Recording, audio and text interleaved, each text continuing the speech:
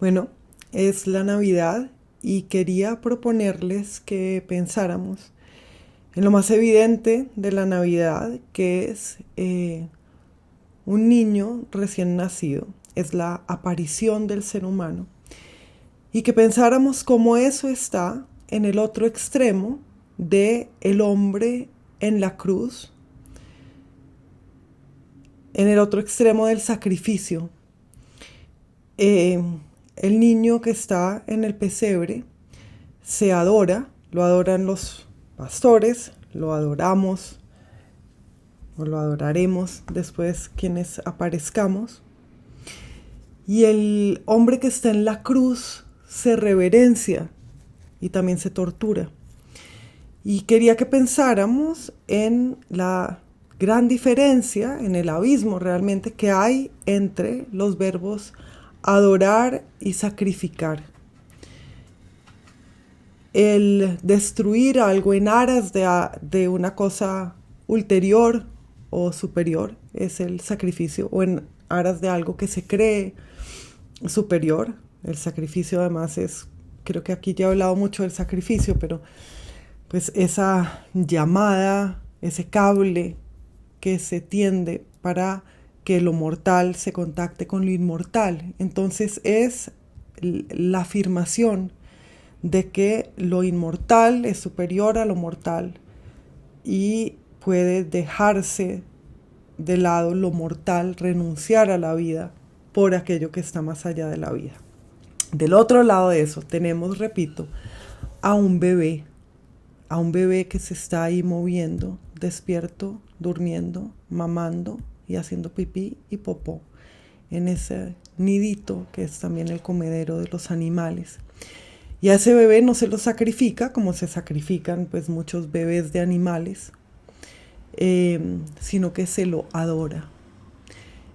Y estaría interesante proponer un sentimiento religioso y una vida espiritual y un anhelo espiritual que se basara en la adoración, en el amor consciente y atento de lo otro y en la consideración de su singularidad y de su extraordinariedad, en vez de un sentimiento religioso basado en el sacrificio.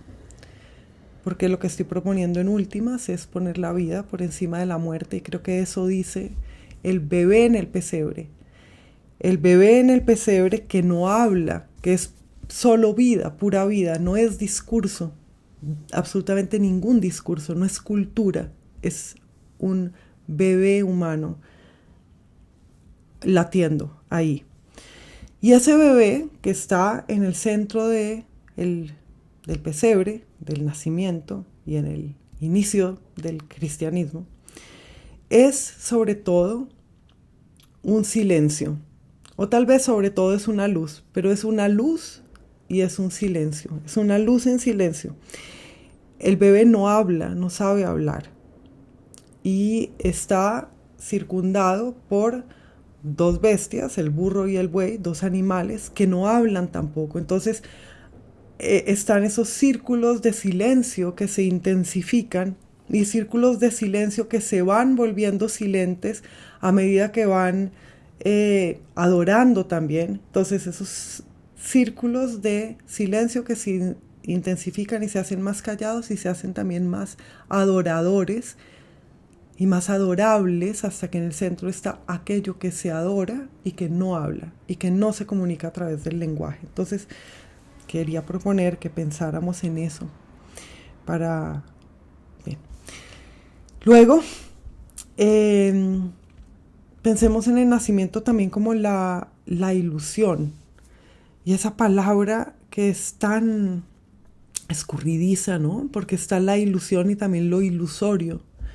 Y la ilusión tiene que ver con la esperanza, con una esperanza amorosa, con una esperanza tal vez un tanto ferviente, que puede desembocar siempre en lo ilusorio. El ilusionado también es iluso y también es alucinado a veces. Bien, pero quería pensar en la preposición que rige el verbo es ilusionarse con, no de ni a, sino con una cosa. O sea, aquello que constituye el objeto de tu ilusión ya está contigo para fundamentar y para propiciar esa ilusión. Entonces, ilusionarse con. Estaba pensando en esos pastores que van a adorar al recién nacido y en los reyes, pastores y reyes que van a adorar al recién nacido.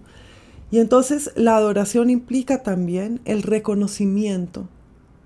Cuando tú adoras tienes que saber y decir y proclamar quién es el otro e incorporar en ti ese conocimiento del otro.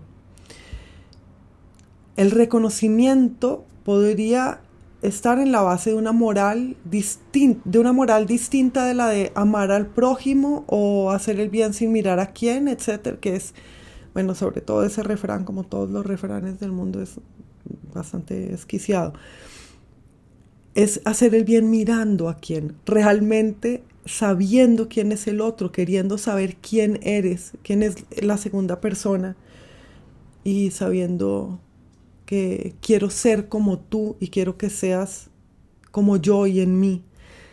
Y entonces estaba pensando en el reconocimiento como asociado a la adoración.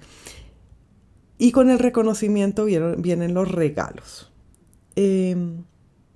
Los reyes que reconocen y adoran al niño le dan regalos. Y en esta época nos damos regalos. Pensaba en cómo los regalos implican la confianza en que alguien recibirá lo que yo dé. Cualquier cosa que quiera dar, poco o mucho, o un regalo charro, o un regalo bueno, o un tesoro, lo que yo estoy pensando es en que lo reciban y en que algo que yo tuve estará con el otro, con el que se va a su casa. O sea, yo me haré huésped del otro a través de un regalo y estar en otra parte distinta de la que estoy. Yo sé que siempre estoy hablando sobre la hospitalidad como un principio de una nueva moralidad que vislumbro, pero bueno, aquí también. Entonces regalar implica ese reconocimiento y hay otro factor de regalar que no es regalarle al otro lo que quiero y en esa medida confiar en que el otro lo tendrá y lo conservará, sino regalarle al otro lo que él quiere y en esa medida hacerse un poco un dios para el otro, ¿no? Hacerse el anfitrión del otro, no su huésped, porque es el que le cumple el deseo. Bien, entonces esas dos maneras de regalar, lo que el otro no sabe y lo que el otro pide, y las dos relacionadas con el volverse huésped o anfitrión del otro. Quería hablar también de este cansancio de esta época del año, de cómo es un cansancio inducido, porque en realidad no habría ningún motivo para que estemos más cansadas en diciembre que en abril. La conciencia del año, que es esta conciencia de volver al mismo lugar, me hace pensar que el cansancio se siente cuando estás a punto de saber que no te moviste en realidad, que regresaste al mismo lugar. Y creo que todos inventamos un poco que estamos cansados en diciembre para poder tener la sensación de un comienzo. Entonces quería proponerles también que pensáramos en qué significa para nosotros, en cuán importante es para nosotros, en cuánto necesitamos esa sensación de comienzo y de volver a empezar. Y cómo necesitamos el cansancio para eso, porque en realidad pues uno descansa cada noche, no cada diciembre, realmente, ¿no? Creo que la vacación no es tan descanso como creemos.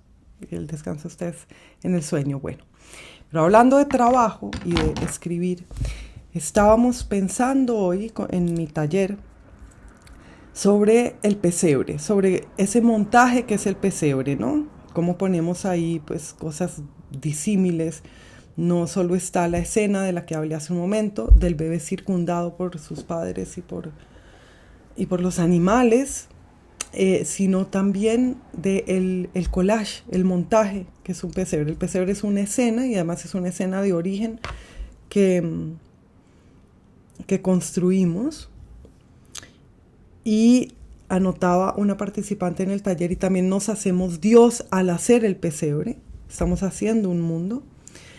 Pero es importante que ese mundo que hacemos en el pesebre no es coherente y no es congruente, o sea, es más alto el marrano que la iglesia. Además, hay iglesias en el pesebre en el que está naciendo Jesús, pues ahí a veces pone uno iglesias, se entiende, ¿no? La ironía. Bien. Y la desproporción del pesebre, lo que dije. En el pesebre se juntan pedazos. Y el pesebre, que es una imagen de la paz, del sosiego, de ese silencio del niño, de ese silencio luminoso, es también una escena de desproporción, de capricho, de incongruencia, de collage, de pegote. Y entonces pensaba en cómo eso de juntar pedazos disímiles y que no corresponden juntos es un arte de la paz, porque el arte de la violencia es desmembrar. Y este arte de la paz es juntar y tener en cuenta que cualquier cosa puede ir junto a cualquier otra cosa.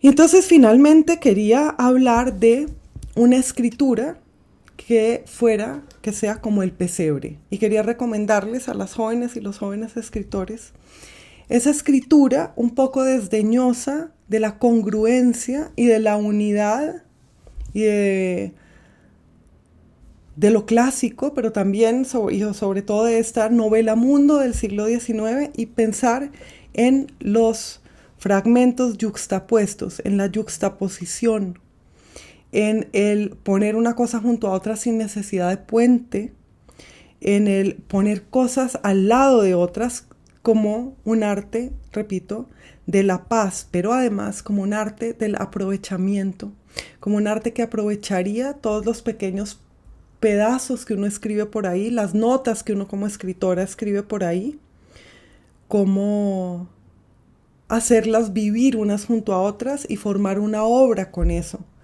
En vez de tener que formar una obra empezando otra vez desde el comienzo y haciendo un globo que incorpore todo, hacer más bien este collage de vislumbres disímiles, esta junta de cosas.